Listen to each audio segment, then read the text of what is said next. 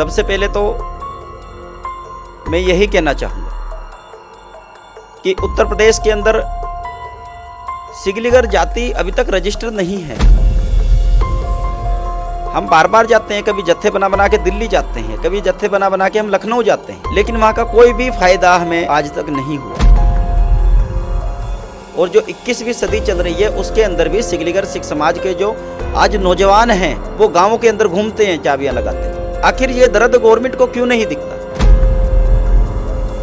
ये सरकारों का काम होता है कि देश के अंदर जो भी पिछड़ा है, मजलूम है, गरीब है, आप उसकी रक्षा कीजिए। हमारे सिख जत्थेबंदियों ने भी हमारी तरफ ध्यान नहीं दिया।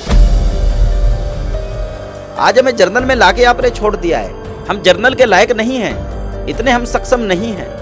हमारी जो कैटेगरी की है एससी की कैटेगरी की, आपसे मैं विनती करता हूँ, योगी जी से भी मैं निवेदन करता हूँ कि अब तो आपके हाथ में सब कुछ प्रक्रिया है, आप ओबीसी के अंदर हमें रजिस्टर कर दीजिए। आप चलिए, आप हमारी झोपड़ियाँ देखिए, आप चलिए, आप हमारे कच्चे पक्के मकान देखिए। 100 सिकलीगर सिखों के भी गाँव आप उठाओगे तो आपको एक भी सरकारी चपरासी तक भी सिकलीगरों का नहीं मिलेगा।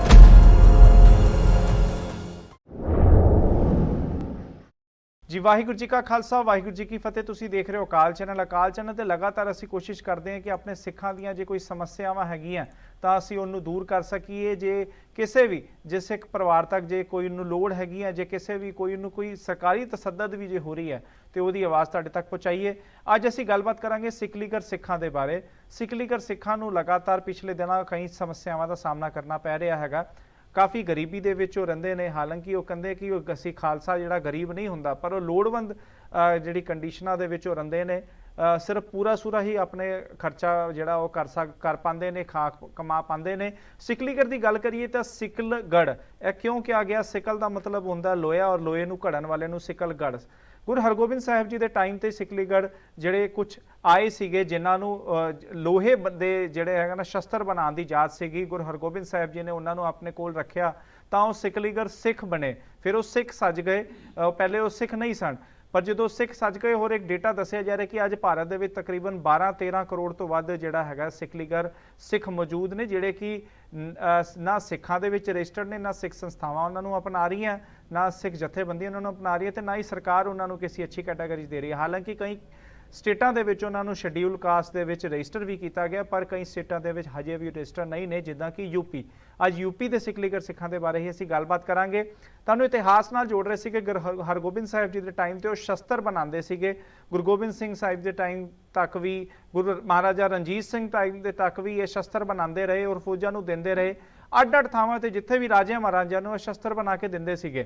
ਪਰ ਹੋਇਆ ਕਿ ਜਦੋਂ ਆਜ਼ਾਦੀ ਆ ਗਈ, ਜਦੋਂ ਤਕਰੀਬਨ ਜੰਗਾਂ ਯੁੱਧਾਂ ਦਾ ਸਮਾਂ ਖਤਮ ਹੋ ਗਿਆ, ਜਦੋਂ ਮਾਡਰਨਾਈਜੇਸ਼ਨ ਵੱਲ ਮੁਲਕ ਵੱਧ ਰਿਹਾ ਸੀਗਾ, ਉਸ ਸਮੇਂ ਜਦੋਂ ਹਥਿਆਰ ਬਣਾਉਣਾ, ਸ਼ਸਤਰ ਬਣਾਉਣੇ ਨੂੰ ਜਦ ਗਵਰਨਮੈਂਟ ਨੇ ਬੈਨ ਕਰ ਦਿੱਤਾ ਤਾਂ ਇਹ ਸਿਕਲੀਗਰ ਸਿੱਖਾਂ ਦੇ ਕੰਮਕਾਜ ਦੇ ਉੱਪਰ ਬੜਾ ਫਰਕ ਪੈ ਗਿਆ। ਜੋ ਇਹਨਾਂ ਦੀ ਕਿਰਤ ਸੀਗੀ, ਜਿਹੜਾ ਕੰਮ ਇਹਨਾਂ ਨੂੰ ਸ਼ਸਤਰ ਬਣਾਉਣਾ ਹੀ ਆਉਂਦਾ ਸੀਗਾ, ਉਹ ਬਿਲਕੁਲ ਠੱਪ ਹੋ ਗਿਆ। ਉਹਦੀ ਰਿਕੁਆਇਰਮੈਂਟ ਬਿਲਕੁਲ ਰਹੀ ਨਹੀਂ।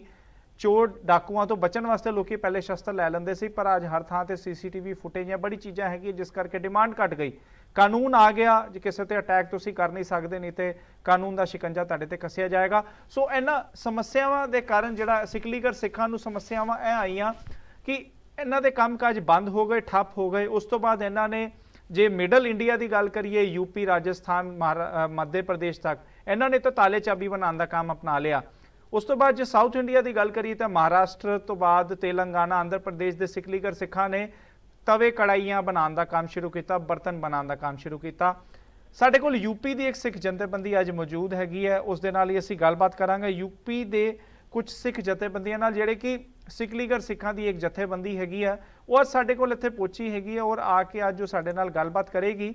ਉਹਦਾ ਕਾਰਨ ਇਹੀ ਹੈ ਕਿ ਉਹ ਵੀ ਅੱਜ ਐਸੀ ਸਮੱਸਿਆ ਨੂੰ ਲੈ ਕੇ ਅੱਜ ਆਪਣੀ ਆਏ ਨੇ ਕਿ ਅਸੀਂ ਚਾਹੁੰਦੇ ਹਾਂ ਕਿ ਯੂਪੀ ਦੇ ਵਿੱਚ ਵੀ ਸਿਕਲੀਗਰ ਸਿੱਖਾਂ ਨੂੰ ਰਜਿਸਟਰ ਕੀਤਾ ਜਾਵੇ ਐਸਸੀ ਕੈਟਾਗਰੀ ਦੇ ਵਿੱਚ। ਤੁਹਾਨੂੰ ਦੱਸ ਦਈਏ ਕਿ ਬੜੇ ਸਾਰੀ ਸਟੇਟਾਂ ਦੇ ਵਿੱਚ ਜੇ ਗੱਲ ਕਰੀਏ ਤਾਂ ਉਹਦੇ ਵਿੱਚ ਪੰਜਾਬ ਹੈਗਾ, ਉਹਦੇ ਵਿੱਚ ਹਰਿਆਣਾ ਹੈਗਾ, ਹਰਿਆਣਾ ਤੋਂ ਇਲਾਵਾ ਰਾਜਸਥਾਨ ਹੈਗਾ, ਹੋਰ ਕਈ ਸਟੇਟਾਂ ਦੇ ਵਿੱਚ ਜਿਹੜਾ ਹੈਗਾ ਉਹ ਰਜਿਸਟਰ ਨੇ ਐਸਸੀ ਕੈਟਾਗਰੀ ਦੇ ਵਿੱਚ। ਕਿਹੜੀ ਸਟੇਟਾਂ ਨੇ ਉਹ ਤੁਹਾਨੂੰ ਸਕਰੀਨ ਤੇ ਅਸੀਂ ਦੱਸ ਵੀ ਰਹੇ ਹਾਂ। ਹਰਿਆਣਾ, ਪੰਜਾਬ, ਗੁਜਰਾਤ, ਰਾਜਸਥਾਨ, ਮਹਾਰਾਸ਼ਟਰ ਔਰ ਮੱਧ ਪ੍ਰਦੇਸ਼ ਛੱਤੀਸਗੜ੍ਹ, ਕਰਨਾਟਕ ਅਤੇ ਆਂਧਰ ਪ੍ਰਦੇਸ਼ ਦੇ ਵਿੱਚ ਐਸਸੀ ਕੈਟਾਗਰੀ 'ਚ ਰਜਿਸਟਰ ਨੇ, ਪਰ ਯੂਪੀ ਦੇ ਵਿੱਚ ਹਜੇ ਤੱਕ ਰਜਿਸਟਰ ਨਹੀਂ ਨੇ।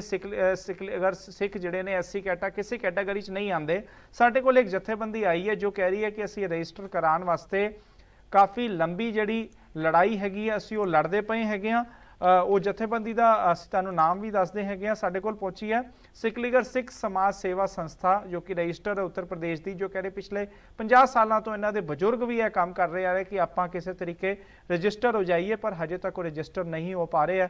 ਆਓ ਜਥੇਬੰਦੀ ਦਾ ਅਸੀਂ ਸਵਾਗਤ ਕਰਦੇ ਹੈਗੇ ਆ। ਸਾਡੇ ਨਾਲ ਇਸ ਟਾਈਮ ਸਟੂਡੀਓ ਦੇ ਵਿੱਚ ਮੌਜੂਦ ਨੇ ਸਰਦਾਰ ਦਇਆ ਸਿੰਘ ਜੀ ਨੇ ਜੋ ਕਿ ਮੇਰਠ ਤੋਂ ਨੇ, ਸਰਦਾਰ ਪਪਨ ਸਿੰਘ ਜੀ परसोली वाले ने जो कि मुजफ्फरपुर तो ने और मुजफ्फरनगर तो ने, और उस तो इलावा सरदार पूरन सिंह जी ने जो कि मथुरा तो ने। ਆਪਾਂ ਇਹਨਾਂ ਦੇ ਨਾਲ ਗੁੜ ਫਤਿਹ ਦੀ ਸਾਂਝ ਕਰਦੇ ਹਾਂ ਜੀ। ਵਾਹਿਗੁਰੂ ਜੀ ਕਾ ਖਾਲਸਾ, ਵਾਹਿਗੁਰੂ ਜੀ ਕੀ ਫਤਿਹ। ਜੀ ਆਪ ਜੀ ਦਾ ਸਵਾਗਤ ਕਰਦੇ ਹਾਂ। ਸਭ ਤੋਂ ਪਹਿਲੇ ਗੱਲ ਕਰਾਂਗੇ ਦਇਆ ਸਿੰਘ ਜੀ, ਕੀ ਸਮੱਸਿਆ ਹੈਗਾ ਤੁਹਾਡੀ? ਆਪਾਂ ਚਾਹਾਂਗੇ ਸੰਗਤ ਨੂੰ ਜਰੂਰ ਉਸ ਬਾਰੇ ਜਾਣੂ ਕਰਾਓ ਜੀ। पहले तो मैं सानू बहुत बहुत धन्यवाद करना चाहता कि आज तक कोई भी मीडिया के माध्यम से भी हमारे साथ जुड़ा नहीं है जो कि हमारी लड़ाई में हमारा साथ दे सके। और गरज के फतेह प्रवान करो। वाहिगुरु जी का खालसा, वाहिगुरु जी की फतेह। तो हमारी जो उत्तर प्रदेश की समस्या रही है वो जाति रजिस्ट्रेशन की समस्या रही है। तो पिछले हम 70 सालों से उत्तर प्रदेश में निवास कर रहे हैं। हमारे बुजुर्ग भी आए और बहुत सारे बुजुर्ग जो लड़ाई भी लड़ते रहे। सिकलीगढ़ समाज को कोई उत्थान हो और उसको सिकलीगढ़ जाति को रजिस्टर्ड कराएं। कितनी ही जथेबंदियाँ उत्थे बनाई गई और लड़ाई लड़ी, लेकिन फिर भी कुछ हासिल नहीं हुआ। लेकिन पिछले 1994 से लेके जो 5-6 जथेबंदी बना चुके हैं और सिकलीगढ़ समाज के लड़ाई में बहुत संघर्ष कर रहे हैं। और पिछले की 30-40 साल से जो हमारा संघर्ष है वो जारी है, लेकिन अभी तक कोई सफलता नहीं मिली है। लेकिन उत्तर प्रदेश की जो बहुत सारे सरकारें आ गई हैं, उसमें मायावती की सरकार हो या अखिलेश की सरकार हो, कांग्रेस के टाइम की सरकार हो, और अब जो चल रही है बीजेपी सरकार है, इसके भी 4 साल का कार्यकाल समाप्त हो चुका है और 3-4 महीने बाद ही शायद इलेक्शन का भी टाइम आ गया है। तो लेकिन अभी तक उत्तर प्रदेश में सिकलीगढ़ जाति को रजिस्टर्ड करने का जो कार्य है वह अभी वैसा का वैसा ही है और सिकलीगढ़ समाज की समस्या अभी भी वैसे की वैसी ही है। तो सिकलीगढ़ समाज एक पिछड़ा हुआ समाज है जो कि अब के समय में जो बच्चे एजुकेटेड भी हैं, लेकिन उन्हें जो कैटेगरी होती है, कैटेगरी वाइज जो लाभ मिलता है वो नहीं मिल पाता है। अब आपको अगर हम कहीं जर्नल के कैटेगरी से हम कहीं जॉब देखते हैं तो उसमें आपको ये तो अनुमान लगाना ही पड़ेगा, जहाँ पे एससी या ओबीसी की कोई मेरिट लगती है 130-145 पे, उसके लिए 155-160 होती है जर्नल के लिए। तो ये लाभ से हम वंचित हैं। तो इसके कारण भी हमारे जो युवा साथी हैं वो बेरोज़गारी का शिकार हो रहे हैं। तो इसमें हमें सबसे बड़ी समस्या जाति रजिस्ट्रेशन की आती है जो कि उत्तर प्रदेश में नहीं हो पा रही है। इसमें जो हमारी जथेबंदी है वो उत्तर प्रदेश के जो लखनऊ के पिछड़ा योग हैं वहाँ पे भी गए हैं और माननीय मुख्यमंत्री जी से भी मिले हैं, लेकिन सभी जो मुख्यमंत्री या मंत्री एमएलए हैं वो आश्वासन तो देते हैं लेकिन समस्या का समाधान नहीं कर पाए। समस्या जी बिल्कुल है। तकरीबन दया सिंह साडे नाल जुड़े से ਅਸੀਂ ਉਹਨਾਂ ਨਾਲ ਗੱਲਬਾਤ ਕੀਤੀ। साडे नाल पप्पन सिंह परसोली वाले मौजूद ने। पप्पन सिंह जी, आप इस पे क्या कहना चाहेंगे? आप इस पे क्या सोचते हैं इन समस्याओं को लेके? जो क्यों लगता है कि क्या ऐसे फायदे क्या हो सकते हैं एससी कैटेगरी के अंदर आपको आने से एजुकेशन में या नौकरी में? क्या कहना चाहेंगे आप? सब तो पहला तो अकाल चैनल देख रहे सारे दर्शकों नूं मेरी गर्ज के करो फतेह प्रवान। वाहिगुरु जी का खालसा, वाहिगुरु जी की फतेह। उत्तर प्रदेश के अंदर जो आज सिकलीगढ़ सिख आज़ादी से ही, जब से देश आज़ाद हुआ है तब से ही उत्तर प्रदेश के अंदर निवास कर रहे हैं। और जो हमारे पड़ोसी राज्य हैं, चाहे पंजाब हो, दिल्ली हो, हरियाणा हो, इन सभी में सिकलीगढ़ जो जाति है वो एससी में रजिस्टर्ड है। और वही हमारी मांग थी कि हमें एससी में रजिस्टर करो, लेकिन वो मांग गवर्नमेंट की तरफ से रिजेक्ट कर दी गई। वो मांग खारिज कर दी गई कि आपको एससी के अंदर शामिल नहीं किया जा सकता। क्या उनकी मजबूरी रही है उनके बारे में ना हमें बताया गया और ना ही कुछ। एक लेटर ज़रूर आया कि आपने जो अप्लाई किया था एससी के लिए वो आपका फेल हो गया है। सबसे पहले तो मैं यही कहना चाहूँगा कि उत्तर प्रदेश के अंदर सिगलीगर जाति अभी तक रजिस्टर नहीं है। हम बार बार जाते हैं, कभी जत्थे बना बना के दिल्ली जाते हैं, कभी जत्थे बना बना के हम लखनऊ जाते हैं, लेकिन वहाँ का कोई भी फायदा हमें आज तक नहीं हुआ। 30-40 सालों से लगातार हमारे पूर्वज हैं जो वे लड़ते हुए आ रही हैं कि हम सिगलीगर सिख हैं, उत्तर प्रदेश के अंदर हमारी जाति नहीं है, हम पड़ोसी राज्य जो हमारे हैं उसके अंदर भी हम एसी में हैं, गरीब समाज हैं। आज भी सिगलीगर सिखों का जो एक बड़ा तबका है, जो एक बड़ा समाज है, वो आज भी ताली चावों की फेरी करता है। ताली चाबी की जो चाबियाँ बनती है 10-10, 5-5 रुपए में, आज के दौरान भी, इतने डिजिटल इंडिया के अंदर भी, और जो 21वीं सदी चल रही है उसके अंदर भी सिगलीगर सिख समाज के जो आज नौजवान हैं वो गांवों के अंदर घूमते हैं चाबियां लगाते हुए। आखिर ये दर्द गवर्नमेंट को क्यों नहीं दिखता? क्या कोई भी सरकार ऐसी नहीं है जो हमें देख सके? ये सरकारों का काम होता है कि देश के अंदर जो भी पिछड़ा है, मजलूम है, गरीब है, आप उसकी रक्षा कीजिए, आप उन्हें बढ़ाइए। हमने कहा कि आप हमें किसी भी सरकारी प्रक्रिया के तहत एक ऐसी श्रेणी में रजिस्टर करें ताकि हमारे समाज को कुछ लाभ मिले, हमारा समाज भी का भी उठान या उत्थान संभव हो। आप पर्सनल मत कुछ कीजिए, लेकिन जो पावर आपके हाथ में है उस पावर का सदुपयोग कर कर हमें कामयाब बना दीजिए। लेकिन हमें खारिज कर दिया गया। फिर हमने कहा कि आप उत्तर प्रदेश के अंदर हमें ओबीसी में ही रजिस्टर कर दें। उसको लेकर भी जो हमारी जत्थेबंदी है वो दिल्ली में गई। दिल्ली में हम जाके पिछड़े वर्ग आयोग में मिले। वहाँ पर हमें सरकार के जो दर्जा प्राप्त मंत्री भी हैं और आयोग के उपाध्यक्ष भी हैं, श्रीमान लोकेश जी प्रजापति, उनसे पूरा जत्था मिला और उन्होंने इस प्रकरण में हमारी जहाँ तक संभव थी हमारी मदद भी करी, और जो हमारी फाइल थी जाति रजिस्टर करवाने की वो उन्होंने आगे भी भेजी। लेकिन वो फाइल आगे जाके कहाँ गई उसका कुछ पता नहीं लगा। तकरीबन कितने टाइम पहले की बात है जब ये फाइल उन्होंने भेजी है? कितने समय पहले की बात है? ये तकरीबन 3-3.5 साल पहले की बात है। आज तक कुछ नहीं है। उस फाइल की फाइल संख्या है NCBC 0707032019 और जिन अधिकारी के पास है ये जे रविशंकर जी हैं। इनसे हमने काफ़ी संपर्क करने की कोशिश की, वहाँ पर गए भी, लेकिन वहाँ का प्रोटोकॉल है कि बिना इन्फॉर्मेशन के, बिना परमिशन के आप नहीं मिल सकते। तो हम शास्त्री भवन जा जाकर भी खाली आए हैं। अपने गांव से गए हैं, परासोली से, कोई कहीं से, कोई मथुरा से, इतनी दूर दूर से आके हम खाली गई हैं और हमें वहाँ पर कोई नहीं मिला। संपर्क भी करना चाहा तो जो संपर्क सूची है उनसे भी ठीक ठाक संपर्क नहीं हुए। उसके बाद एक कानून आया कि अब केंद्र सरकार का जाति रजिस्टर करने में कोई भी दखल नहीं होगा। तो पिछले 22-23 अगस्त को हमारी टीम लखनऊ फिर से गई। फिर से जाकर हम जो वहाँ पर पिछड़ा वर्ग आयोग कार्यालय है श्रीमान जसवंत जी सैनी साहब का, जो पिछड़ा वर्ग आयोग के अध्यक्ष भी हैं, उनके सचिव से भी मिले, उन्हें भी फाइल दी। उनसे बात हुई तो वे कह रहे हैं कि सेक्रेटरी साहब को आपकी फाइल है जो वो भेज दी गई है। उत्तर प्रदेश के अंदर हमारे पूर्वजों को संघर्ष करते हुए काफ़ी समय हो गया, बहुत समय हो गया, काफ़ी समय हो गया। यहाँ तक कि जिनकी इच्छा थी कि जाति प्रमाण पत्र हमारे हाथ में आए, एससी का नहीं ओबीसी का ही आए। सेंटर की जो सूची है उसके अंदर भी हम ओबीसी के अंदर सम्मिलित हैं और हम कह भी रहे हैं कि आप हमें ओबीसी में रजिस्टर कर दीजिए।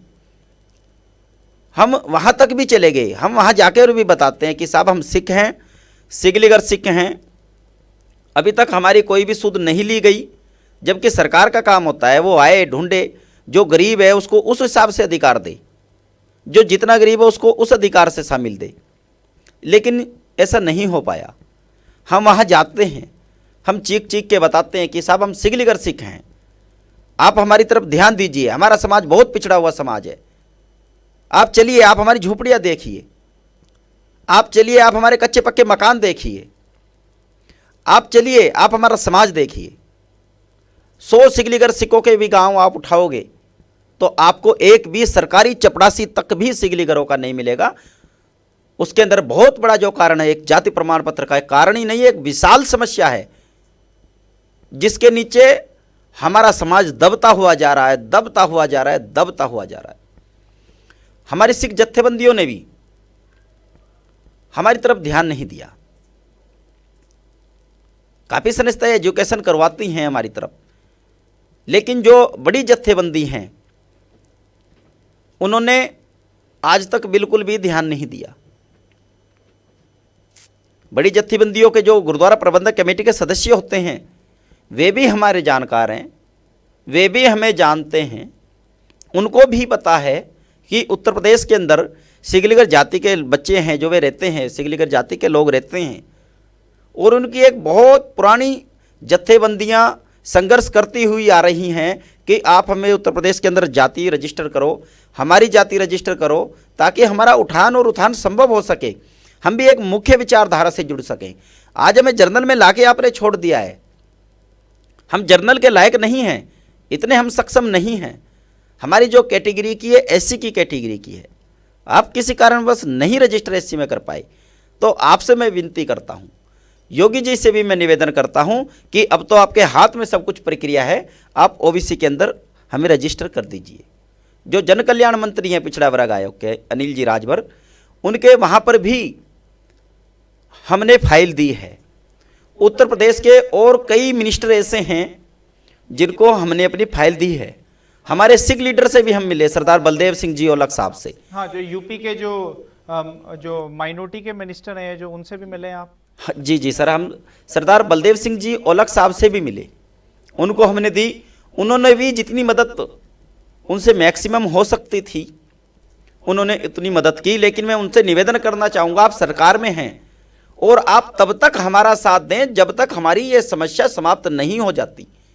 आप तब तक हमारे कंधे से कंधा मिलाकर चलें जब तक हम उत्तर प्रदेश के अंदर इस विशाल समस्या पर हम जब तक अपनी विजय नहीं पाले। बलदेव सिंह औलख से मिले आप वैसे? जी, बलदेव सिंह जी औलख से मिले हैं। वो तो वैसे एक तो वैसे ही सिख हैं और दूसरा स्टेट के माइनॉरिटी के मिनिस्टर हैं, तो आपका काम तो जल्दी से होना चाहिए था। जल्दी से होना चाहिए था। अभी उनसे मिले हैं, देखते हैं अभी कितना वे जल्दी करवाते हैं। अभी पिछले महीने अगस्त में जब ये कानून आया कि राज्य सरकारें ही देखेंगी, तो हमने सभी राज्य सरकार से मंत्रियों से मिले। ऊर्जा मंत्री हैं मथुरा के श्रीकांत जी शर्मा, उनसे भी हम मिले हैं। और विधानसभा में ही काफ़ी सारे आदमी ऐसे हैं, विधायक ऐसे हैं, कई मंत्री भी ऐसे हैं जो हमें देखकर कहते हैं कि आप तो ताली चाबी वाले सिगलीगर हो। जी साहब, हम तो ताले चाबी वाले सिगलीगर हैं। हम अपनी फरियाद लेकर आए हैं, वही सिगलीगर जाती है जो हमारी यहाँ रजिस्टर करनी है। पूरन सिंह जी साढ़े नाल मौजूद ने। पूरन सिंह जी, आप क्या कहना चाहेंगे? लगातार आप भी हैं मथुरा से हैं, वहाँ पर क्या समस्या, मतलब क्या आपको क्या आती है, आप क्या कहना चाहेंगे? पंजाबी अगर बोल सकते हो तो पंजाबी वधिया रहेगा। देश विदेश की संगतों को वाहिगुरू जी का खालसा वाहिगुरू जी की फतेह। वीर जी, बात यह है कि एक जो जाति का मुद्दा है, एक्चुअली मैं तुहानूं दस देवां, जिहड़ा जाति का जिहड़ा एक कॉन्सैप्ट बनिया वा वो एक खाली जाति का कॉन्सैप्ट नहीं है, एक्चुअली एक भविख बारे हैगा। जिहड़े कि साडे निक्के निक्के नियाणे हुंदे आ उन्हां दे भविख बारे हुंदा वा। हुण असीं जिहड़े बच्चों नूं पढ़ाईए, जे असीं उन्हां नूं लैके जांदे ने उहदे 10 ਤੋਂ ਵੱਧ ਜਦੋਂ ਕਰਦੇ ਨੇ तो उन्हां तो कोलों मंगिया जांदा है कि तुसीं अपनी कास्ट सर्टिफिकेट लैके आओ, जिन्हों आपां आम भाषा 'च जाति प्रमाण पत्र कहते हैं। लेकिन वो साडे कोल है ही नहीं। क्यों? असीं जाणदे ने कि चलो सरकारी दफ्तर 'ਚ ਉਹਨੂੰ कढा लैणगे। ਜਦੋਂ सरकारी दफ्तर असीं जाने आ तो उत्थे जाके कहने कि सानूं जाति प्रमाण पत्र चाहिदा वा, जाति प्रमाण पत्र बनाउणा वा। कहंदे किहड़ी जात हैगी तुहाडी? मैं कहा जी असीं सिकलीगर हां। पर जदों ਉਹ हिस्टरी 'ਚ चैक करते हैं, उन्हां दी लिस्ट 'ਚ चैक करते हैं तो कहंदे इत्थे तो कोई सिकलीगर जाति है ही नहीं है, असीं किवें कढ दईए? वैसे तो जी साडी सरकार का एक नारा हैगा कि पढ़ेगा इंडिया तभी तो बढ़ेगा इंडिया। लेकिन सबसे बड़ी मेन बात तो यह है कि ਜਦੋਂ ਜਾਤੀ ਰਜਿਸਟਰਡ ਨਹੀਂ ਹੋਣਗੀਆਂ ਤਾਂ ਉਸ ਟਾਈਮ ਕਿੱਥੋਂ ਪੜੇਗਾ ਇੰਡੀਆ। ਜਿਵੇਂ ਕਿ ਤੁਸੀਂ ਜਾਣਦੇ ਹੋ ਕਿ ਸਿਕਲੀਗਰ ਸਿੱਖਾਂ ਹੈਗੇ ਆ ਜਿਹੜੇ ਕਿ ਇੱਕ ਤਾਲੇ ਚਾਬੀਆਂ ਦਾ ਕੰਮ ਕਰਦੇ ਆ। ਅੱਜ ਜਿਵੇਂ ਕਿ ਤੁਸੀਂ ਜਾਣਦੇ ਹੋ ਕਿ ਸਾਰਾ ਕੰਮ ਜਿਹੜਾ ਹੈ ਕਿ ਟੈਕਨੀਕਲ ਹੋ ਚੁੱਕਿਆ, ਡਿਜੀਟਲ ਹੋ ਚੁੱਕਿਆ। ਜਿਵੇਂ ਕਿ ਤੁਸੀਂ ਜਾਣਦੇ ਹੋ ਕਿ ਹਰ ਇੱਕ ਚੀਜ਼ ਅੱਜ ਕੱਲ੍ਹ ਕੰਪਿਊਟਰਾਈਜ਼ ਹੋ ਗਈ ਹੈ, ਡਿਜੀਟਲ ਹੋ ਗਈ ਹੈ, ਲੇਕਿਨ ਅੱਜ ਵੀ ਉਹੀ ਸਿਕਲੀਗਰ ਗਲੀਆਂ ਗਲੀਆਂ 'ਚ ਜਾ ਕੇ 5-5 10-10 ਰੁਪਏ 'ਚ ਚਾਬੀ ਲਾਉਂਦੇ ਨੇ ਤਾਲਿਆਂ 'ਚ। ਕਿਸ ਕਰਕੇ ਕਿ ਇੱਕੋ ਚੀਜ਼ ਕਰਕੇ ਕਿ ਉਹਨਾਂ ਕੋਲ ਜਾਤੀ ਪ੍ਰਮਾਣ ਪੱਤਰ ਨਾ ਹੋਣ ਕਰਕੇ ਉਹ ਵਧੀਆ ਜੌਬ ਨਹੀਂ ਕਰ ਸਕਦੇ। ਉਸ ਕਰਕੇ ਦੂਜੀ ਗੱਲ, ਜੇ ਕੋਈ ਸਿਕਲੀਗਰ ਸਿੱਖ ਆਪਣਾ ਵਿਚਾਰੇ ਬੱਚੇ ਨੂੰ ਪੜ੍ਹਾਉਣਾ ਚਾਹੁੰਦਾ ਹੋਵੇ, ਉਹ ਪੜ੍ਹਾਉਂਦਾ ਵੀ ਹੈ, ਕੋਸ਼ਿਸ਼ ਵੀ ਕਰਦਾ, ਲੇਕਿਨ ਗੱਲ ਜਿਹੜੀ ਹੈਗੀ ਆ ਸਾਰੀ ਇੱਕੋ ਹੀ ਥਾਂ 'ਤੇ ਆ ਕੇ ਰੁਕਦੀ ਹੈ, ਉਹ ਹੈ ਜਾਤੀ ਪ੍ਰਮਾਣ ਪੱਤਰ, ਜਿਹੜਾ ਕਿ ਸਾਡੇ ਕੋਲ ਹੈ ਹੀ ਨਹੀਂ। ਜਿੱਥੇ ਜਾਓ ਇੱਕੋ ਮੰਗ ਜਾਤੀ ਪ੍ਰਮਾਣ ਪੱਤਰ। ਕਾਫੀ ਜਿਹੜੇ ਹੈਗੇ ਆ ਮਿਹਨਤ ਵੀ ਕੀਤੀ। ਜਿਵੇਂ ਕਿ ਮੈਂ ਤੁਹਾਨੂੰ ਦੱਸ ਦੇਵਾਂ, ਸਾਡੇ ਕੁਝ ਬਜ਼ੁਰਗ ਇਹੋ ਜਿਹੇ ਵੀ ਰਹੀਆਂ ਕਿ ਜਿਨ੍ਹਾਂ ਦੀ ਦਾੜੀ ਸੀਗੀ ਉਹ ਕਾਲੀ ਸੀਗੀ ਲੇਕਿਨ ਚਿੱਟੀ ਹੋ ਗਈ। ਹੱਲੇ ਤੱਕ ਸੰਘਰਸ਼ ਕਰਦੇ ਕਰਦੇ ਮਾਇਨੇ ਰੱਖਦਾ ਸੰਗਤ ਜੀ ਕਿ ਹੱਲੇ ਤੱਕ ਸੰਘਰਸ਼ ਕਰਦੇ ਕਰਦੇ ਉਹਨਾਂ ਦੀ ਦਾੜੀ ਜਿਹੜੀ ਹੈਗੀ ਕਾਲੀ ਤੋਂ ਚਿੱਟੀ ਹੋ ਗਈ। ਤੇ ਕੁਝ ਤਾਂ ਇਹਦੇ 'ਚ ਇਹੋ ਜਿਹੇ ਸੀਗੇ ਕਿ ਜਿਹੜੇ ਇਸ ਦੁਨੀਆ 'ਚ ਹੀ ਨਹੀਂ ਹੈ, ਅਕਾਲ ਚਲਾਣਾ ਕਰਕੇ। ਇਹਨੂੰ ਤੁਸੀਂ ਸੰਘਰਸ਼ ਵੀ ਕਹਿ ਸਕਦੇ ਹੋ ਤੇ ਕੁਰਬਾਨੀ ਵੀ ਕਹਿ ਸਕਦੇ ਹੋ, ਜਿਹੜੀ ਕਿ ਇਸ ਟਾਈਮ ਜਾਤੀ ਰਜਿਸਟਰ ਨਹੀਂ ਹੈ। ਹੁਣ ਉਹਨਾਂ ਨੂੰ ਅਸੀਂ ਕੀ ਜਵਾਬ ਦਈਏ? ਉਹ ਆਪਣੀ ਜਿਹੜੀ ਹੈਗੀ ਕੋਸ਼ਿਸ਼ ਕਰਕੇ ਚਲੇ ਗਈਆਂ, ਲੇਕਿਨ ਸਰਕਾਰਾਂ ਦਾ ਸਾਡੇ ਵੱਲ ਕੋਈ ਧਿਆਨ ਨਹੀਂ ਗਿਆ, ਕੋਈ ਧਿਆਨ ਨਹੀਂ।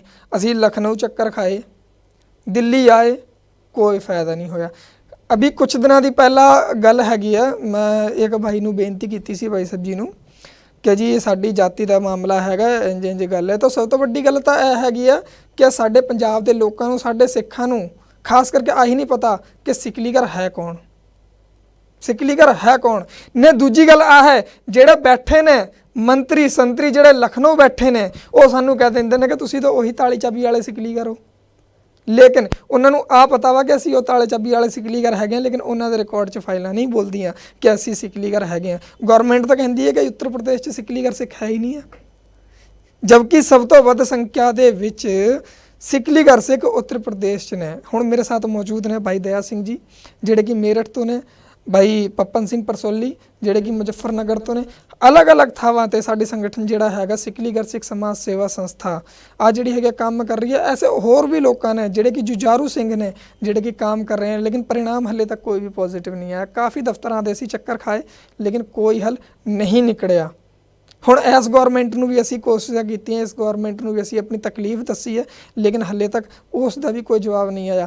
ਹੁਣ ਦੱਸੋ ਕਿ ਸਾਲ 'ਚ ਜਦੋਂ 4-5 ਚੱਕਰ ਸਾਡੇ ਲਖਨਊ ਲੱਗਦੇ ਨੇ, ਦਿੱਲੀ ਲੱਗਦੇ ਨੇ, ਕਿਉਂ? ਹੁਣ ਮੈਂ ਤੁਹਾਨੂੰ ਦੱਸਾਂ ਕਿ ਚੱਕਰ ਜਿਹੜੇ ਹੈਗੇ ਆ ਉਹ ਸਾਲ 'ਚ ਕਿਉਂ ਲੱਗਦੇ ਨੇ। ਕਿ ਜਦੋਂ ਅਸੀਂ ਕੰਟੈਕਟ ਕਰਦੇ ਹਾਂ ਨਾ, ਹਾਂਜੀ ਕੋਈ ਨਹੀਂ ਹਜੀ ਪ੍ਰੋਸੈਸਿੰਗ 'ਚ ਹੈਗੀ ਹੈ ਜੀ, ਪ੍ਰੋਸੈਸਿੰਗ 'ਚ ਹੈਗੀ ਹੈ, ਅਸੀਂ ਪ੍ਰੋਸੈਸਿੰਗ 'ਚ ਹੈਗੀ ਹੈ। ਜਦੋਂ ਕੋਈ ਫੋਨ ਚੱਕਦਾ ਵਾ ਕਹਿੰਦੇ ਨਹੀਂ ਤੁਹਾਨੂੰ ਇੱਥੇ ਆ ਕੇ ਪਤਾ ਕਰਨਾ ਪੈਣਾ। ਜੇ ਅਸੀਂ ਉੱਥੇ ਜਾਈਏ ਤਾਂ ਉੱਥੇ ਪ੍ਰੋਟੋਕੋਲ ਸਾਨੂੰ ਪਤਾ ਕਰਨਾ ਪੈਣਾ ਕਿ ਇੱਥੇ ਦੀ ਪੋਲਿਸੀ ਜਿਹੜੀ ਹੈਗੀ ਆ ਉਹ ਇਹ ਹੈਗੀ ਆ ਕਿ ਕਿਸੇ ਤੋਂ ਮਿਲਣ ਲਈ ਉਹਨੂੰ ਅਪਾਇੰਟਮੈਂਟ ਲੈਣਾ ਪੈਂਦਾ ਵਾ। ਅਪਾਇੰਟਮੈਂਟ ਅਸੀਂ ਲੈ ਲਿਆ, 2 ਦਿਨ 4 ਦਿਨ ਰੁਕ ਕੇ ਅਸੀਂ ਅਪਾਇੰਟਮੈਂਟ ਲੈ ਲਿਆ, ਠੀਕ ਹੈ। ਦੂਜੀ ਗੱਲ ਉਹ ਕਹਿੰਦਾ ਕਿ ਨਹੀਂ ਜੀ ਅਸੀਂ ਪ੍ਰੋਸੈਸ 'ਚ ਹੈਗੇ, ਅਸੀਂ ਕੋਸ਼ਿਸ਼ ਕਰਾਂਗੇ। ਕੋਸ਼ਿਸ਼ ਕਰਤੇ ਕਰਤੇ ਸੰਗਤ ਜੀ ਅੱਜ 50 ਸਾਲ ਤੋਂ ਵੱਧ ਹੋ ਗਏ ਨੇ। ਕਦੋਂ ਹੋਣਗੀਆਂ ਉਹ ਕੋਸ਼ਿਸ਼ਾਂ? ਜਿਹੜੇ ਕਿ ਸਾਡੇ ਬਜ਼ੁਰਗ ਸੇ ਉਹ ਚਾਹੁੰਦੇ ਸੀਗੇ ਕਿ ਨਹੀਂ ਕਿ ਅਸੀਂ ਇੱਕ ਵਾਰੀ ਆਪਣਾ ਸਿਕਲੀਗਰ ਸਿੱਖ ਦਾ ਜਾਤੀ ਪ੍ਰਮਾਣ ਪੱਤਰ ਆਪਣੇ ਹੱਥਾਂ 'ਚ ਵੇਖੇ, ਕਿਉਂਕਿ ਉਹਨਾਂ ਨੇ ਮਿਹਨਤ ਕੀਤੀ ਸੀ। ਕਿੱਥੇ ਗਏ ਉਹ? ਹੁਣ ਉਹ ਨਹੀਂ ਰਹੇ। ਹੁਣ ਜਿਹੜੇ ਜਿਨ੍ਹਾਂ ਦੀ ਕਾਲੀ ਦਾੜੀ ਸੀਗੀ ਹੁਣ ਚਿੱਟੀ ਹੋ ਗਈ ਹੈ, ਹੁਣ ਉਹ ਰਹਿ ਗਏ ਨੇ। ਜਿਹੜੇ ਜਿਨ੍ਹਾਂ ਨੇ ਸੰਘਰਸ਼, ਯੰਗ ਯੁਵਾ ਜੋ ਮੇਰੇ ਜਿਹੇ ਸੀਗੇ, ਮੈंने ਵੀ ਸੰਘਰਸ਼ ਉਦੋਂ ਹੀ ਚਾਲੂ ਕੀਤਾ ਸੀ। ਉਸ ਟਾਈਮ ਮੇਰੇ ਦਾੜੀ ਦਾ ਇੱਕ ਵੀ ਬਾਲ ਨਹੀਂ ਸੀਗਾ, ਹਲੇ ਮੇਰੇ ਵੀ ਦਾੜੀਆਂ ਨੇ, ਔਰ ਮੈਨੂੰ ਲੱਗਦਾ ਕਿ ਸ਼ਾਇਦ ਮੇਰੀ ਚਿੱਟੀ ਨਾ ਹੋ ਜਾਣ। ਮੈਨੂੰ ਇਸ ਚੀਜ਼ ਦਾ ਡਰ ਵੀ ਹੈਗਾ ਕਿ ਇਹ ਸ਼ਾਇਦ ਮੇਰੀ ਚਿੱਟੀ ਨਾ ਹੋ ਜਾਣ। ਕਿਉਂ? ਕਿਉਂਕਿ ਜਿਸ ਹਿਸਾਬ ਨਾਲ ਗੌਰਮੈਂਟ ਦੀ ਪ੍ਰੋਸੈਸ ਚੱਲਦੀ ਹੈ ਨਾ, ਮੈਨੂੰ ਨਹੀਂ ਲੱਗਦਾ ਕਿ ਇਹ ਸਾਡੀ ਗੱਲ ਸੁਣਨਗੇ, ਕਿਉਂਕਿ ਗਰੀਬ ਲੋਕਾਂ ਦੀ ਗੱਲ ਹਮੇਸ਼ਾ ਦਬਦੀ ਹੈ। ਹੁਣ ਵੀਰ ਜੀ ਤੁਸੀਂ ਇੱਕ ਚੀਜ਼ ਦਾ ਅੰਦਾਜ਼ਾ ਲਾਇਓ ਕਿ ਜਿਹੜਾ ਬੰਦਾ ਆਪਣਾ ਪਾਲਣ ਪੋਸ਼ਣ 10 ਰੁਪਏ 5 ਰੁਪਏ ਦੀ ਚਾਬੀ ਲਾ ਕੇ ਕਰਦਾ ਹੋਵੇ, ਉਹ ਇੰਨੇ ਧੱਕੇ ਖਾ ਕੇ ਜਿਹੜੀ ਹੈਗੀ ਆ ਗੌਰਮੈਂਟ ਨਾਲ ਮੱਥਾ ਲਾ ਕੇ ਪਰੇਸ਼ਾਨ ਹੋਇਆ ਵਾ, ਉਹਦਾ ਘਰ ਕੌਣ ਚਲਾਊਗਾ? ਫਿਰ ਵੀ ਉਹ ਕੋਸ਼ਿਸ਼ਾਂ ਕਰ ਰਹੇ ਨੇ। ਕਿਉਂ? ਕਿਉਂਕਿ ਵਧੀਆ ਫਿਊਚਰ ਮਿਲ ਸਕੇ। ਫਿਰ ਲੋਕੀ ਕਹਿੰਦੇ ਨੇ ਕਿ ਅਰੇ ਆ ਤਾਂ ਉਹੀ ਸਿੱਖ ਨੇ, ਅਰੇ ਯਾਰ ਇਹਨਾਂ ਦੀ ਜ਼ਿੰਦਗੀ ਤਾਂ ਮਾੜੀ ਹੈ, ਇਹਨਾਂ ਦਾ ਕੁਝ ਹੋ ਨਹੀਂ ਸਕੇ। ਅਰੇ ਕੁਝ ਹੁੰਦਾ ਤਾਂ ਜਦੋਂ ਸਾਡੇ ਕੋਲ ਕੁਝ ਹੋਣਾ ਸੀ। ਅਸੀਂ ਮਿਹਨਤ ਕਰਕੇ ਅਸੀਂ ਆਪਣੀ ਕਿਸਮਤ ਦੀ ਇੱਕ ਪਾਈ ਲਾ ਕੇ, ਆਪਣੀ ਕਮਾਈ ਦੀ ਪਾਈ ਲਾ ਕੇ ਅਸੀਂ ਬੱਚੇ ਨੂੰ ਪੜ੍ਹਾਈਏ, ਲੇਕਿਨ ਫਿਰ ਜਦੋਂ ਬੱਚਾ 12ਵੀਂ 'ਚ ਜਾਉਂਦਾ, ਠੀਕ ਹੈ 12ਵੀਂ ਤੱਕ ਚਲਾ ਗਿਆ ਬੱਚਾ, ਫਿਰ ਕਹਿੰਦੇ ਜਾਤੀ ਪ੍ਰਮਾਣ ਪੱਤਰ ਲੈ ਕੇ। ਜਾਤੀ ਪ੍ਰਮਾਣ ਪੱਤਰ ਕਿੱਥੋਂ ਲੈ ਕੇ ਆਈਏ? ਗੌਰਮੈਂਟ ਕਹਿੰਦੀ ਹੈ ਸਾਡੀ ਲਿਸਟ 'ਚ ਜਿਹੜੇ ਹੈਗੇ ਸਿਕਲੀਗਰ ਹੈ ਹੀ ਨਹੀਂ ਹੈ। ਪੂਰਨ ਸਿੰਘ ਜੀ, ਜੇ ਗੱਲ ਕਰੀਏ ਤਾਂ ਕਾਫੀ ਜੋ ਹੈ ਤੁਸੀਂ ਬੜੇ ਗੱਲ ਠੀਕ ਹੈ ਕਿ ਤਾਲੇ ਚਾਬੀ ਵਾਲੇ ਜਿਹੜਾ ਨਾ ਸਰਦਾਰ ਕਹਿ ਕੇ ਜਿਹੜਾ ਕਹਿ ਦਿੱਤਾ ਜਾਂਦਾ ਹੈਗਾ, ਗੱਲ ਜਿਹੜੀ ਹੈ ਉੱਥੇ ਠੰਡੀ ਕਰ ਦਿੱਤੀ ਜਾਂਦੀ ਆ। ਪਰ यूपी ਦੇ ਵਿੱਚ ਹੁਣ ਤਾਂ ਬਲਦੇਵ ਸਿੰਘ ਔਲਖ ਮਾਈਨੋਰਟੀ ਮਿਨਿਸਟਰ ਨੇ, ਚਲੋ ਨਹੀਂ ਬਣੀ ਗੱਲ। ਇਸ ਤੋਂ ਪਹਿਲੇ ਜਦੋਂ ਅਖਿਲੇਸ਼ ਸਰਕਾਰ ਦੇ ਵਿੱਚ ਬਲਵੰਤ ਸਿੰਘ ਰਾਮੂਵਾਲੀਆ ਸੀਗੀ, ਉਹ ਵੀ ਮਿਨਿਸਟਰ ਸੀਗੇ, ਕਿ ਉਹਨਾਂ ਦੇ ਨਾਲ ਵੀ, ਉਹ ਵੀ ਸਿੱਖ ਮੰਤਰੀ ਸੀਗੇ, ਕਿ ਉਹਨਾਂ ਦੇ ਨਾਲ ਵੀ ਕੋਈ ਗੱਲਬਾਤ ਨਹੀਂ ਬਣ ਪਾਈ? ਨਹੀਂ ਜੀ, ਕੋਲ ਹਜੇ ਵੀ ਜਿਹੜੀ ਫਾਈਲਾਂ ਪਈਆਂ ਜਿਹੜੇ ਕਿ ਇਸ ਤੋਂ ਪਹਿਲਾਂ ਜਿਹੜੇ ਕਿ ਇਸ ਦੁਨੀਆ 'ਚ ਬਜ਼ੁਰਗ ਨਹੀਂ ਰਹੇ, ਲੇਕਿਨ ਉਹਨਾਂ ਨੇ ਸੰਘਰਸ਼ ਕੀਤਾ ਸੀ, ਮੇਰੇ ਕੋਲ ਹਜੇ ਵੀ ਉਹ ਫਾਈਲਾਂ ਪਈਆਂ। ਮੈਂ ਖੁਦ ਆਪਣੀ ਅੱਖੋਂ ਵੇਖਿਆ ਨੇ ਤੇ ਮੇਰੇ ਕੋਲ ਇਸ ਟਾਈਮ ਮੌਜੂਦ ਵੀ ਹੈਗੀਆਂ, ਬਸ ਮੈਂ ਸਟੂਡੀਓ 'ਚ ਨਹੀਂ ਲੈ ਕੇ ਆ ਸਕਿਆ, ਪਰ ਨੈਕਸਟ ਟਾਈਮ ਮੈਂ ਜ਼ਰੂਰ ਵਿਖਾਵਾਂਗਾ ਤੁਹਾਨੂੰ। ਲੇਕਿਨ ਉਸ ਟਾਈਮ ਵੀ ਕਿਸੇ ਵੀ ਸਰਕਾਰ ਦਾ ਹਲੇ ਤੱਕ ਧਿਆਨ ਨਹੀਂ ਗਿਆ, ਭਾਵੇਂ ਉਹ ਜਿਹੜੀ ਸਰਕਾਰ ਹੋਵੇ। ਹੁਣ ਆਹ ਗੌਰਮੈਂਟ ਆਈ ਹੈ, ਆਹ ਗੌਰਮੈਂਟ ਨੂੰ ਵੀ ਅਸੀਂ ਕਈ ਵਾਰੀ ਜਿਹੜੀ ਹੈਗਾ ਲਿਖਿਤ ਜੀ ਦਿੱਤੇ, ਹੈ ਨਾ, ਕਈ ਵਾਰੀ ਆਪਾਂ ਉਹਨਾਂ ਨੂੰ ਬੇਨਤੀਆਂ ਕੀਤੀਆਂ, ਲੇਕਿਨ ਹਲੇ ਤੱਕ ਕੋਈ ਰਿਸਪੌਂਸ ਨਹੀਂ ਮਿਲਿਆ।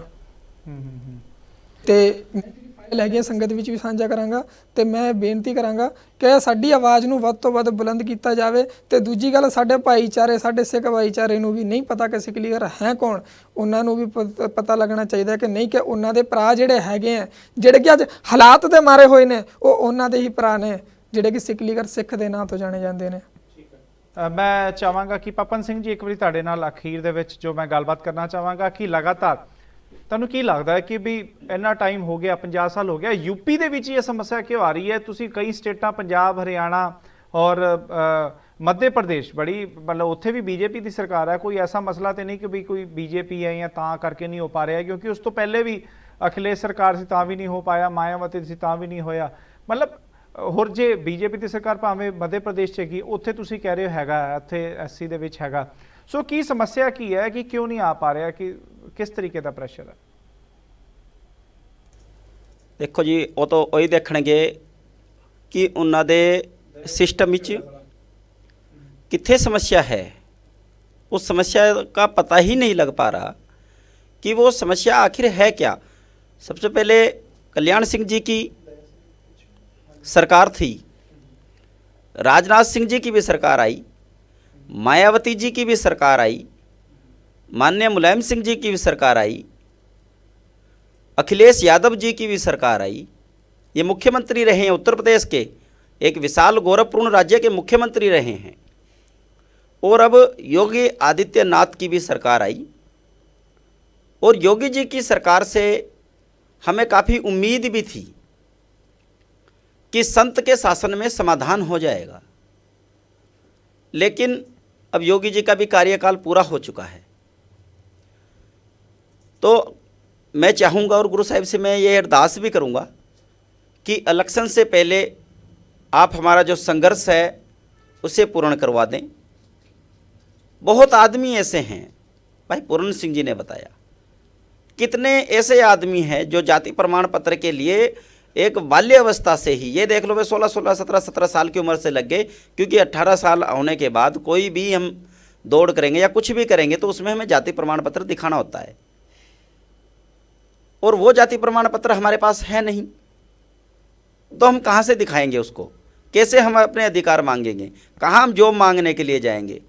शिक्षा के अंदर हमें कहीं भी छूट नहीं मिलती है, जनरल कैटेगरी में कहकर कोई भी छात्रवृत्ति हमारे बच्चों को नहीं मिलती, कोई भी आरक्षण उसके अंदर हमारे बच्चों को नहीं मिलता, किसी भी कट ऑफ में हमारा नाम आ ही नहीं सकता, क्योंकि हम तो साहब जनरल में हैं। आज भी हमारे जो युवा हैं वे शोषित भी हैं, वे वंचित भी हैं।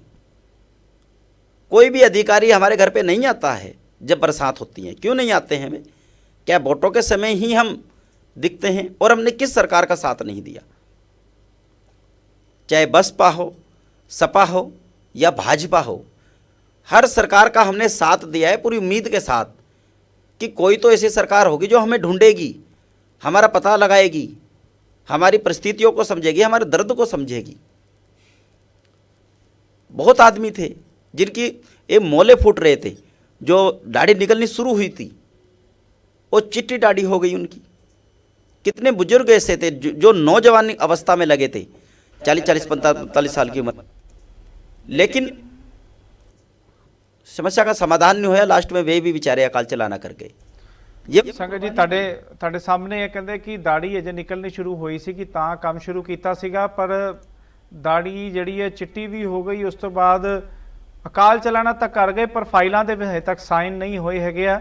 ਆਪਣੀਆਂ ਇਹਨਾਂ ਸਮੱਸਿਆਵਾਂ ਦੇ ਤੋਂ ਸਿੱਖਲੀਗਰ ਸਿੱਖ ਜੂਝਦੇ ਪਏ ਨੇ।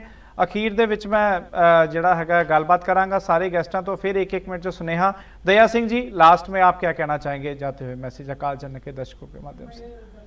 कहना चाहूँगा कि हमारी आवाज़ को सरकारों तक पहुँचाए और हमारा साथ दे, और जो हम संघर्ष कर रहे हैं उसमें हमें सफलता मिले, सिखलीगर समाज अपने जाति रजिस्टर कराने में कामयाब हो। क्या धन्यवाद जी। पपन सिंह जी, आप क्या कहना चाहेंगे?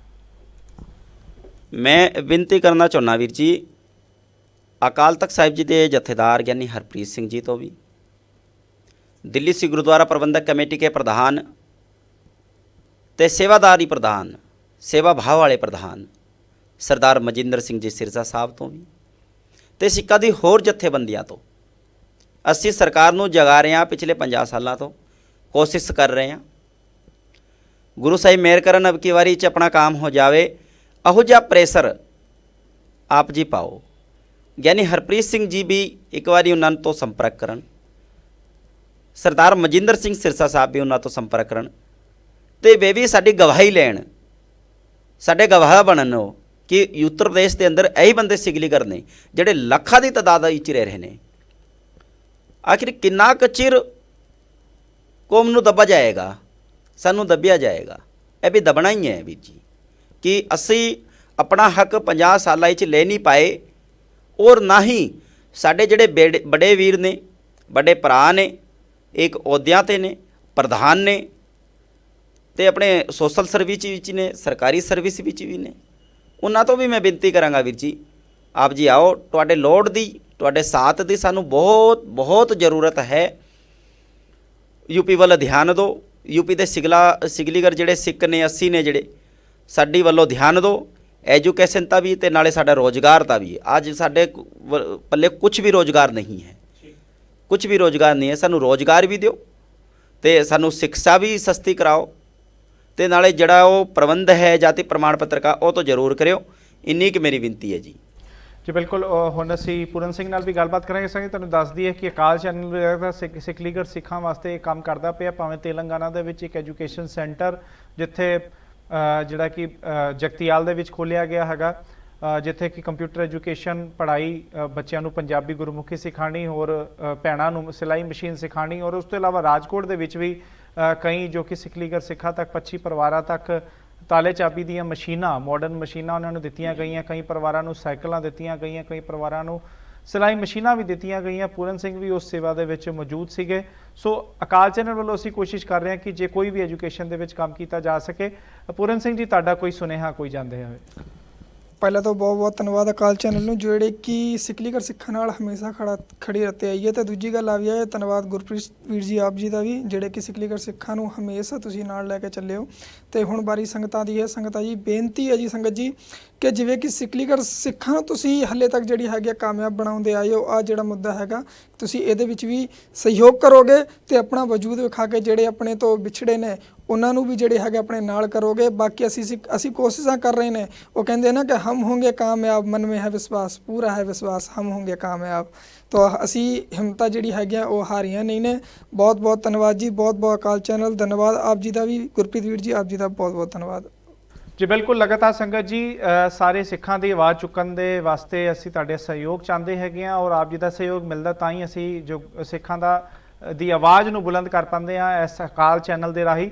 ਸਿਖਲੀਗਰ ਸਿੱਖਾਂ ਦੇ ਯੂਪੀ ਦੇ ਕੁਝ ਸਿਖਲੀਗਰ ਸਿੱਖਾਂ ਦਾ ਮੁੱਦਾ ਸੀਗਾ ਕਿ ਯੂਪੀ ਦੇ ਵਿੱਚ ਉਹਨਾਂ ਨੂੰ ਐਸਸੀ ਕੈਟਾਗਰੀ ਦੇ ਵਿੱਚ ਰਜਿਸਟਰ ਨਹੀਂ ਕੀਤਾ ਜਾ ਰਿਹਾ। ਮੈਨੂੰ ਲੱਗਦਾ ਹੈ ਕਿ ਇਹ ਪ੍ਰੋਗਰਾਮ ਦੇਖਣ ਤੋਂ ਬਾਅਦ ਜ਼ਰੂਰ ਸਰਕਾਰਾਂ ਤੱਕ ਆਵਾਜ਼ ਪਹੁੰਚੇਗੀ, ਔਰ ਆਪਾਂ ਸਾਰੀ ਜਿਹੜੀ ਤਸਵੀਰਾਂ ਜਿਹੜੀ ਹੈ ਤੁਹਾਡੇ ਤੱਕ ਅਸੀਂ ਪਹੁੰਚਾਉਣ ਦੀ ਜੋ ਕੋਸ਼ਿਸ਼ ਕਰ ਰਹੇ ਹਾਂ। ਸੋ ਲਗਾਤਾਰ ਤੁਹਾਡੇ ਤੱਕ ਅਸੀਂ ਸਾਰੀ ਤਸਵੀਰਾਂ ਪਹੁੰਚਾਉਂਦੇ ਰਵਾਂਗੇ, ਲਗਾਤਾਰ ਤੁਹਾਡੇ ਤੱਕ ਅਸੀਂ ਜੋੜਦੇ ਰਵਾਂਗੇ। ਸਾਡੇ ਨਾਲ ਪੂਰਨ ਸਿੰਘ ਵੀ ਔਰ ਮੁਜ਼ੱਫਰਨਗਰ ਤੋਂ ਪਪਨ ਸਿੰਘ ਜੀ, ਹਰ ਦਇਆ ਸਿੰਘ ਜੀ ਇੱਥੇ ਮੌਜੂਦ ਸੀਗੇ। ਸਾਰਿਆਂ ਨਾਲ ਅਸੀਂ ਗੱਲਬਾਤ ਕੀਤੀ। ਇਸੇ ਤਰੀਕੇ ਤੁਹਾਨੂੰ ਅਸੀਂ ਜੋੜਦੇ ਰਵਾਂਗੇ। ਤੁਸੀਂ ਦੇਖ ਰਹੇ ਹੋ ਅਕਾਲ ਚੈਨਲ।